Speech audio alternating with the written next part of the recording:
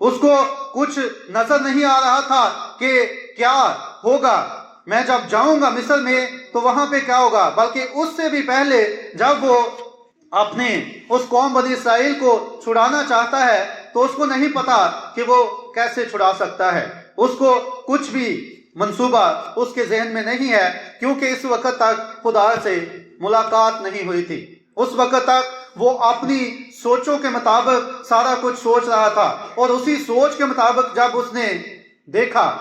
کہ ایک مصری جو ہے وہ اسرائیلی کو مار رہا ہے، تو وہ اپنی سوچ کے مطابق، اپنے علم کے مطابق اور اپنے ہی خیالات اور جو اس نے تربیت وہاں سے حاصل کی ہوئی تھی اس کے مطابق وہ اسے بچانے چلا گیا،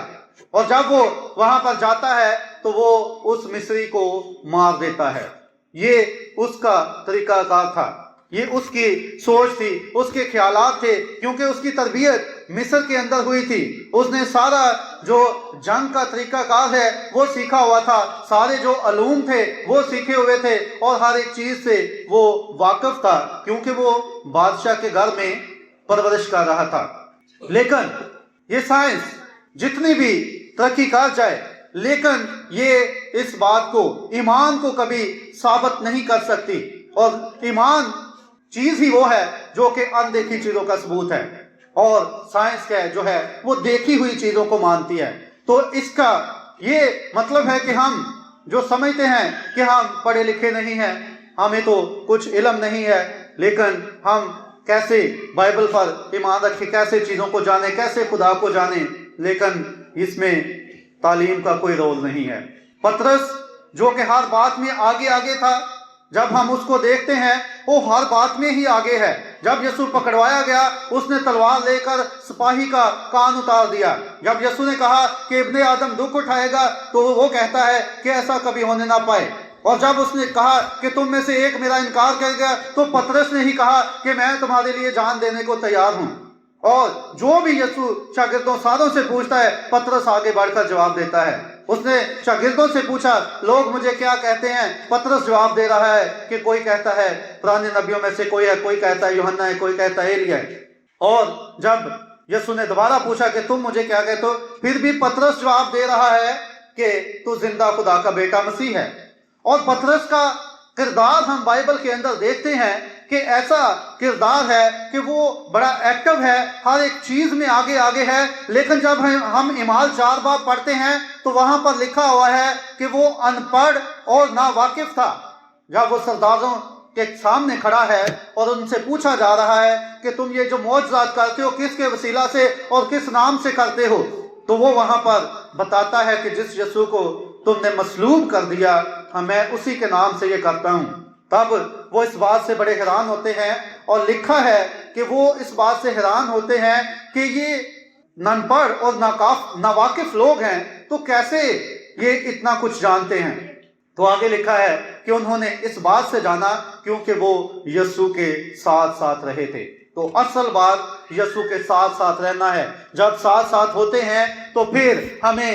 ان باتوں کا پتہ چلتا ہے۔ جب ہم یسوع کے ساتھ ساتھ چلتے ہیں تو پھر ہم اس ایمان تک پہنچتے ہیں جو کہ اٹھایا جانے والا ایمان ہے۔ کیا لکھا ہے ہنوک کے بارے میں کہ وہ خداوند کے ساتھ ساتھ چلتا رہا اور آسمان پر اٹھا لیا گیا۔ یہی وہ ایمان ہے جو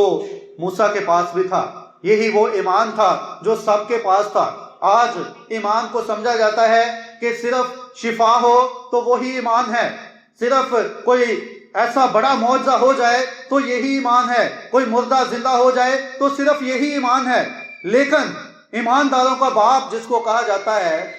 ابراہم، اس نے کتنے مردوں کو زندہ کیا تھا، اس نے کتنے لوگوں کو شفا دی تھی، کتنے لنگڑے چلائے تھے، کتنے کو آنکھیں دی تھی۔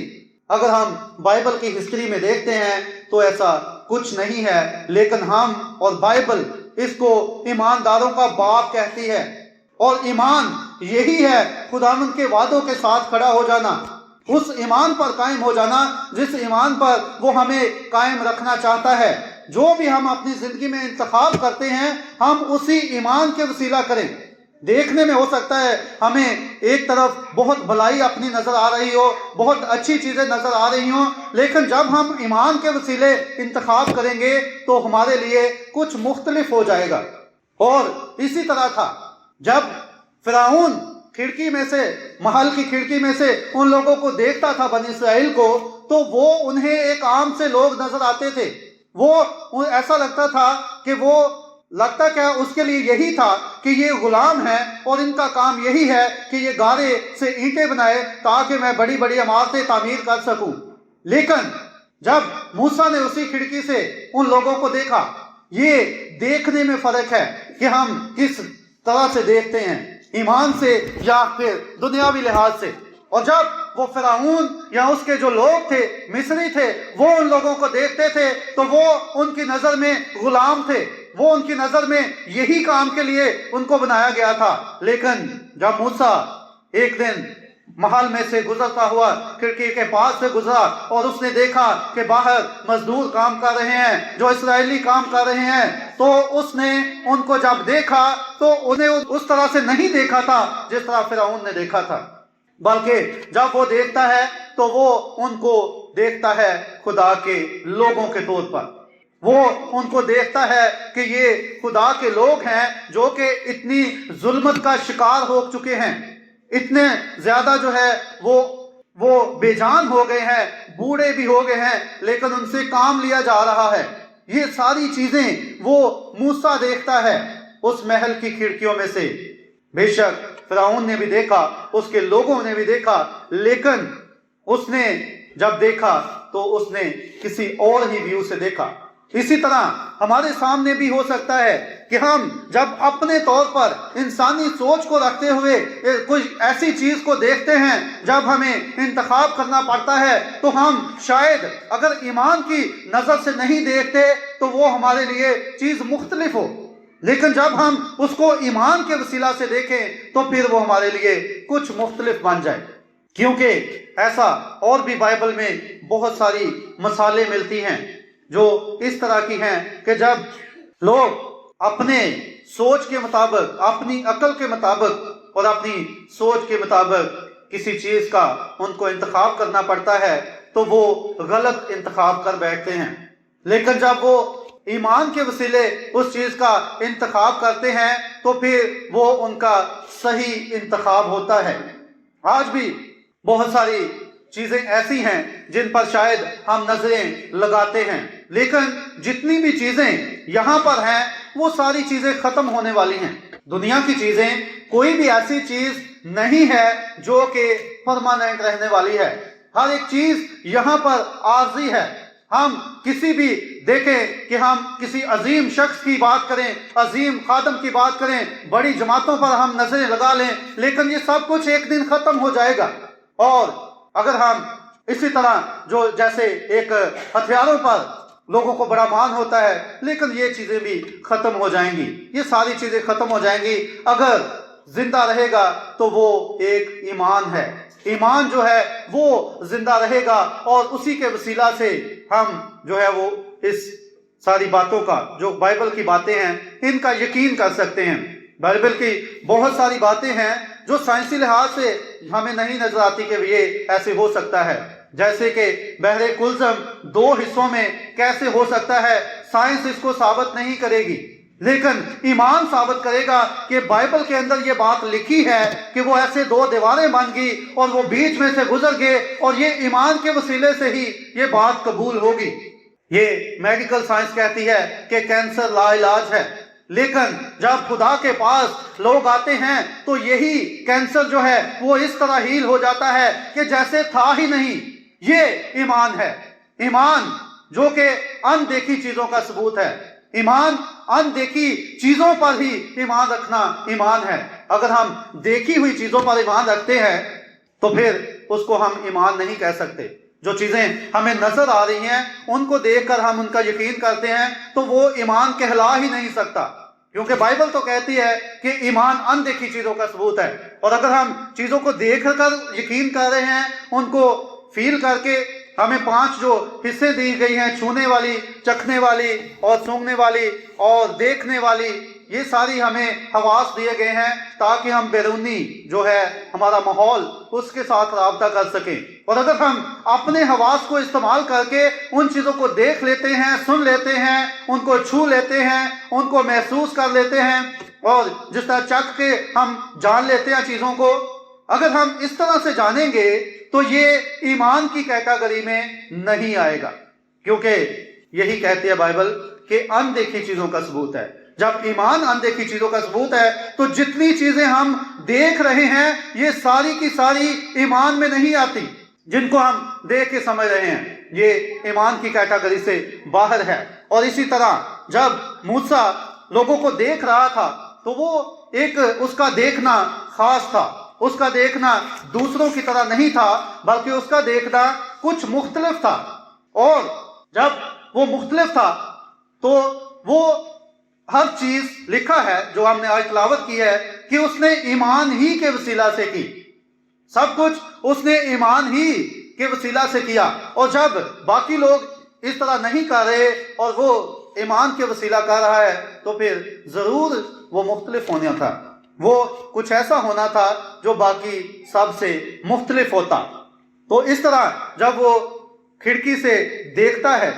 بے شک وہ بھی دیکھ رہا تھا، بوڑھا ایک آدمی ہے جو کہ کام کر رہا ہے، لیکن اس نے وہ چیزوں کو نہیں دیکھا، بلکہ موسیٰ نے جب دیکھا تو اس نے دیکھا کہ لوگ اتنے ظلم و ستم میں ہیں، ان کے جھریاں پڑ چکی ہیں چہروں پہ، ان کے آنسو بہہ رہے ہیں اور وہ کبڑے ہو گئے ہیں کام کر کے، اور وہ جو ہے وہ انہیں غلام کی حیثیت سے نہیں دیکھتا بلکہ انہیں خدا کے چنے ہوئے لوگوں کی حیثیت سے دیکھتا ہے. اور اسی طرح جب ابھی بھی ہمیں کسی کو دیکھنا ہے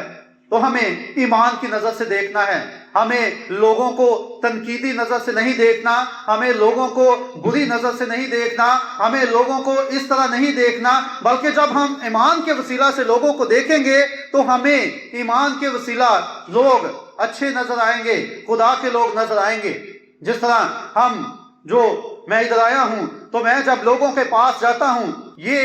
کوئی تنظیمی نظام نہیں ہے جو میں لے کر آپ کے پاس آیا ہوں، کوئی مشنی نظام نہیں ہے، بلکہ یہ میرے پاس خدا کی محبت کے علاوہ کوئی قانون نہیں ہے. میرے پاس اس بائبل کے علاوہ کوئی اور کتاب نہیں ہے، میرے پاس یسوع کے علاوہ کوئی اور عقیدہ نہیں ہے. اور جب میں ان لوگوں پر نظر کرتا ہوں تو میں بھی اس طرح نہیں دیکھتا کہ کوئی کون ہے، کوئی کیتھولک ہے، میتھوڈسٹ ہے، پریسبیٹیرین ہے، پینٹیکوسٹل ہے، ناظرین ہے، ہولینس، ونس یا پلگرم یا جو بھی ہے. اس طرح کی چیزیں جو ہیں وہ جب آپ ایمان سے دیکھیں گے تو یہ چیزیں آپ کو نہیں نظر آئیں گی، لیکن صرف ایک چیز نظر آئے گی کہ آپ لوگوں کو باحثیت خدا کے لوگ دیکھیں گے. آپ خدا کے لوگ آپ کو نظر آئیں گے جب آپ اس ایمان سے دیکھیں گے. اور میری یہی خواہش ہے کہ لوگ جو ہیں وہ اس رفاقت میں آئیں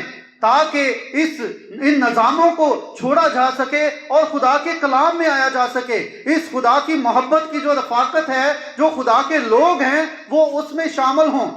اور یہ جب ایک چیز ہوگی تو یہ صرف اور صرف ایمان سے ہو سکتی ہے. ہمیں ہو سکتا ہے بڑی چیزیں نظر آئیں کہ فلاں جو تنظیم ہے، فلاں فرقہ جو ہے، فلاں جو ہے وہ اتنے اچھے چرچ ہے ان کے پاس، اتنی اچھی عمارتیں ہیں ان کے پاس، اتنے ان کے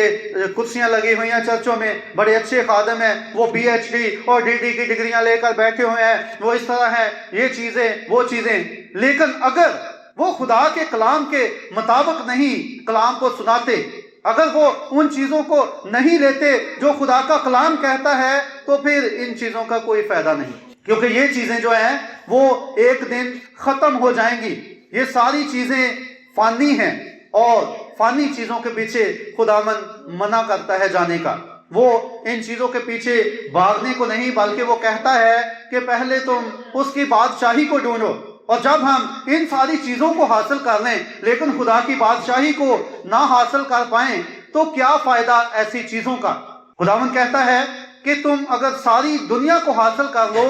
اور ہمیشہ کی زندگی کو حاصل نہ کرو تو یہ ساری چیزیں تمہارے لیے کچھ فائدہ نہیں دیں گی. ٹھیک ہے؟ تو اس طرح ایمان سے ہم نے چلنا ہے. ہم نے زندگی اپنی میں کوئی بھی فیصلہ لینا ہے تو ہم نے ایمان سے لینا ہے. اور اسی طرح موسیٰ نے بھی وہ ایمان سے فیصلہ لیا. وہ اس بات کو جانتا تھا کہ اگر میں فرعون کے خلاف ہوا، اگر میں اس قوم کے ساتھ ہوا اور فرعون کے خلاف ہوا تو مجھے کیا نقصان اٹھانا پڑے گا. وہ ان چیزوں سے واقف تھا، لیکن اس نے پھر بھی ایمان کے وسیلہ اسی راہ کو چنا. اور جب ایمان کے وسیلہ اسی راہ کو وہ چنتا ہے تو خدا اس کے ساتھ ہوتا ہے. خدا جو ہے وہ اس کی رہنمائی کرتا ہے. اسی طرح وہ ہر چیز کو ایمان سے کرتا جاتا ہے، آگے بڑھتا جاتا ہے. اور آج کی تلاوت میں لکھا تھا کہ اس نے گناہ کا لطف اٹھانے کی نسبت ایمان ہی سے اس بات کا انتخاب کیا. اب جو لطف کی باتیں ہیں وہ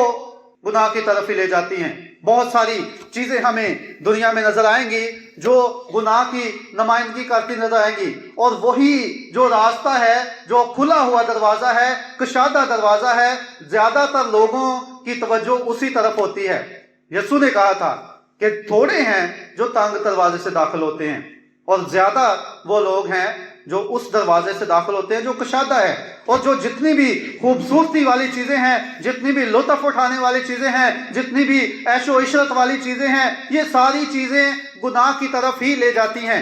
لیکن اگر ہم ایمان سے انتخاب کریں تو بے شک موسیٰ کی طرح ہمیں فرعون کی مخالفت ہی سہنی پڑے، بے شک ہمیں مصیبتوں میں سے ہی گزرنا پڑے، لیکن ہم اس راستے کا انتخاب کریں گے جو خدا کہتا ہے. ہم اسی راستے پر چلیں گے جو خداوند نے ہمیں چلنے کا کہا ہے، اور ہم اس کے انجام کو نہیں دیکھیں گے. ہم یہ نہیں دیکھیں گے کہ اس پر چلنے سے ہم مصیبتوں میں پڑ جائیں گے. ہو سکتا ہے کہ جب آپ ایمان سے خداوند کی راہ کا انتخاب کریں تو ہو سکتا ہے کہ آپ پر کچھ مصیبتیں آئیں، ہو سکتا ہے کہ پہلے سے حالات بدتر ہو جائیں، ہو سکتا ہے کہ بیماریاں آ جائیں، ہو سکتا ہے کہ آپ کو ایسے لگے کہ کہیں غلط انتخاب تو نہیں ہو گیا. لیکن آپ جب ایمان پر قائم رہیں گے اور اس انتخاب کے ساتھ قائم رہیں گے تو پھر آپ سرخرو ہوں گے، کیونکہ یہ ساری چیزیں عارضی ہیں. یہ ساری چیزیں جو دنیا کی مصیبتیں ہیں یہ عارضی ہیں، اور جو ہم اس کے بعد پانے والے ہیں وہ ابدی زندگی ہے. ایک اور مثال کو لیں گے جہاں پر ایک انتخاب کرنا پڑا تھا. جب لوط اور ابراہیم اکٹھے نکلے تھے اور ایک جگہ ان کو انتخاب کرنا پڑا تھا. جب ابراہیم اور لوط، ان کا مال جو ہے وہ اتنا بڑھ جاتا ہے، مویشی بڑھ جاتے ہیں، نوکر چاکر بڑھ جاتے ہیں، تو تب کہتے ہیں کہ ہمارا اکٹھا رہنا اچھا نہیں ہے کہ آپس میں ہمارے نوکر جو ہیں وہ لڑائی کریں اور ہم میں اختلاف ہو تو ہم الگ الگ ہو جاتے ہیں. وہاں پر ایک انتخاب کرنا پڑا تھا لوط کو. لوط کو ابراہیم نے یہ انتخاب دیا تھا کہ تو جو بھی زمین کا انتخاب کرنا چاہتا ہے، جس طرف بھی تو جانا چاہتا ہے اس طرف جا سکتا ہے. اور لوط جب اس بات کا انتخاب کرتا ہے تو وہ جو دنیاوی مطلب کہ جو اس کے سامنے چیزیں نظر آ رہی تھیں وہ ان کو دیکھ کر چناؤ کرتا ہے. وہ ایمان کے وسیلہ اس کا چناؤ نہیں کرتا، اور وہ اس کو بائبل میں راست باز کہا گیا، لیکن وہ راست بازی سے آگے نہ بڑھ پایا. پہلے راست بازی ہے، پھر تقدیس ہے، اور پھر آگے پاک روح کا بپتسمہ ہے، لیکن وہ راست بازی سے ہی آگے نہ بڑھ پایا. اور اس نے جو اس چناؤ کو کیا تو وہ جو ظاہری چیزیں تھیں ان کو دیکھ رہا تھا، اور جو نظر آ رہی تھی ان کو دیکھ رہا تھا، لیکن ایمان کے وسیلے وہ انتخاب نہیں کر رہا تھا. اور اگر وہ ایمان کے وسیلے انتخاب کرتا تو پھر بعد والی جو باتیں ہیں شاید اس کے لیے نہ ہوتی. لیکن جب انتخاب کو اس نے اجازت دی ابراہیم نے، بالکل اسی طرح جس طرح پہلے بھی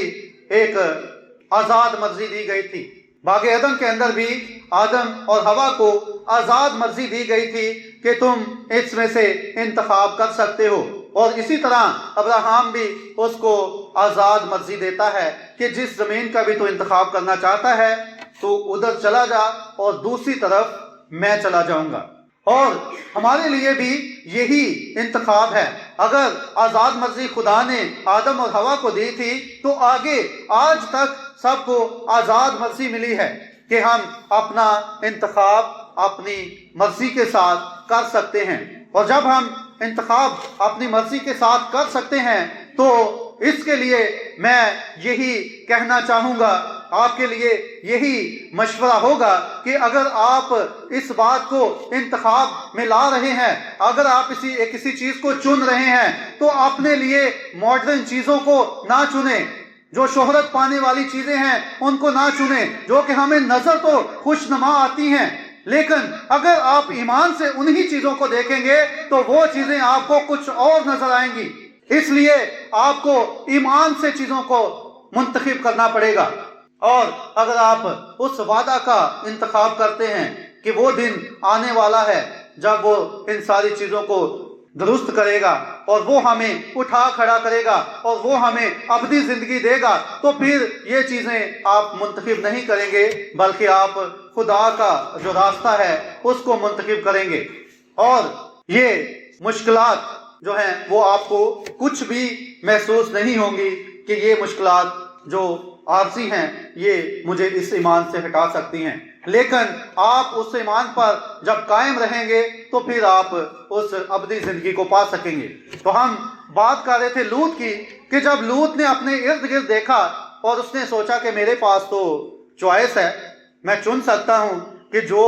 زیادہ بہتر جگہ ہے میں اس کا انتخاب کر لوں۔ اور جب اس نے ادھر سدوم عمورہ کی طرف دیکھا تو وہاں اسے ہری ہری گھاس نظر آئی، گھاس کے میدان نظر آئے، اور اس نے جب وہاں پر دیکھا کہ اتنے گھاس کے میدان ہیں تو میرے جو مویشی ہیں وہ بھی وہاں پر چل لیں گے اور میں بڑا بہتر ہو جاؤں گا، اور جب اس ملک میں جا رہا ہوں وہاں بھی مجھے جو ہے وہ بڑی اہمیت حاصل ہوگی۔ وہ دیکھ رہا تھا دنیاوی چیزیں، وہ دیکھ رہا تھا موقع، اس بات کا موقع کہ وہاں بڑی گھاس ہے، اور اس بات کا موقع کہ میرے مویشیوں کے لیے بھی بڑا موقع ہے کہ وہ وہاں پر اس گھاس کو کھائیں گے اور موٹے تازے ہوں گے اور میں اور زیادہ پھلتا پھولتا اور بڑھتا چلا جاؤں گا۔ وہ اس بات کو دیکھ رہا تھا کہ بہت سارے دولت میرے پاس ہوگی، وہ اپنے سماجی رتبے کو دیکھ رہا تھا کہ میں وہاں پر جاؤں گا، کیونکہ اس سائڈ پہ ساری آبادی تھی اور ایک سائڈ پہ سارا بیابان تھا، ریگستان تھا، لیکن وہ اس سائڈ کا انتخاب کرتا ہے کہ میں وہاں ان لوگوں میں جاؤں گا، وہاں پر جب جاؤں گا تو وہاں میں ایک باقیوں سے تھوڑا مختلف ہوں، وہ بت پرست قوم ہے، وہ گناہ میں قوم ہے، اور میں وہاں جا کر جب ان باتوں کو لوگوں کو بتاؤں گا تو میری وہاں پر بڑی اہمیت ہوگی، سماج میں لوگوں میں میرا ایک رتبہ ہوگا، اور وہاں مجھے کچھ اضافی رقم کمانے کا موقع ملے گا۔ وہاں کچھ اضافی ڈالر اس کو نظر آ رہے تھے،